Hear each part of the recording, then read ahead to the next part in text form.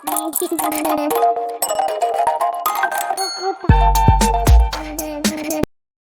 Everyone, इस video में बात कर लेते हैं एसजेवीएन एज एन सतलज जल विद्युत निगम लिमिटेड की। क्विकली एनालिसिस देख लेते हैं। चैनल को लाइक एंड सब्सक्राइब करना मत भूलिएगा।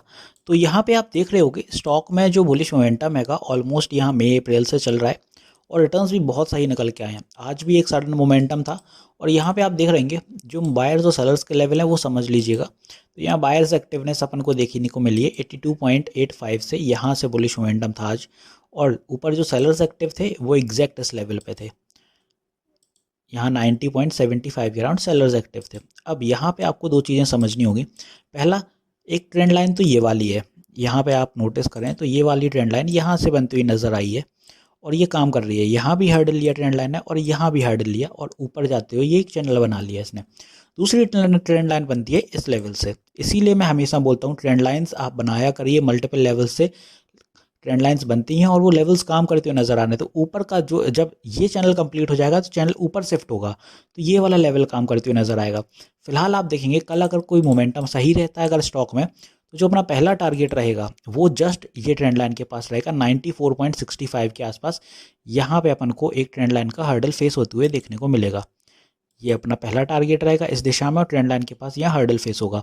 ट्रेंड लाइन का हर्डल जब सस्टेन करेगा तो फिर जो अपना नेक्स्ट टारगेट इसी दिशा में ऊपर की तरफ होगा वो होगा अपना 100, मान के चलिए आप यहाँ तक। और 100 जब निकलेगा तो 100 का जो नेक्स्ट टारगेट रहेगा इसी लाइन में 102 रहेगा, 102.50 या 40 यहाँ तक। तो ये आने वाले दिनों में ये 3 टारगेट है। इससे ज़्यादा बड़े टारगेट अपन नहीं ले रहे हैं, वो इसलिए क्योंकि ये 3 टारगेट ही बहुत ज़्यादा इंपॉर्टेंट है और बहुत ज़्यादा हर्डल भरे होने वाले हैं। क्योंकि यहाँ पे आप देखेंगे सेलर्स बहुत ज़्यादा एक्टिव होंगे ये पूरे जोन में। 100 का एक साइकोलॉजिकल लेवल है, वो सस्टेन करना मुश्किल होगा। 100 के करीब जितने पहुंचेगा वहाँ सेलर्स होंगे, तो ये जैसे 94 पहुंचेगा यहीं से आपको सेलर्स दिख जाएंगे। यहाँ से जब ऊपर जाएगा तो 100 बहुत मुश्किल होएगा। एक सडन मोमेंटम ही स्टॉक को निकाल के ले जा पाएगा 100 के बाहर। और फिर रहेगा अपना 102 के यहाँ के टारगेट।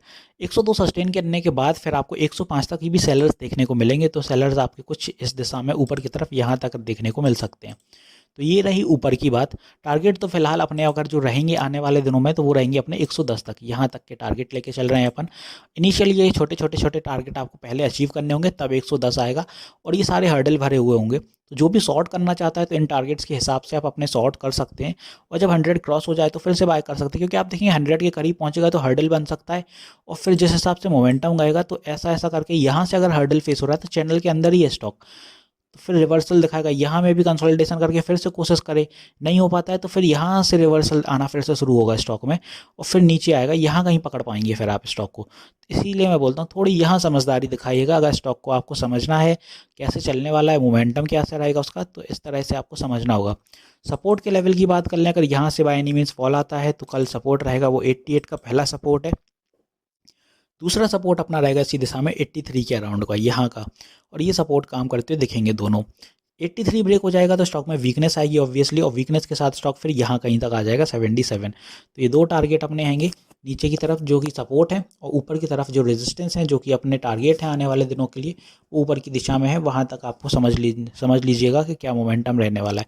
पहला टारगेट 94.50 का है, दूसरा 100 का है, तीसरा 102, देन 105 एंड देन 110 के आसपास। ये अपने टारगेट ऊपर की दिशा में है। तो होपफुली यहाँ सारी चीज़ें क्लियर होंगी सतलज जल विद्युत निगम लिमिटेड में।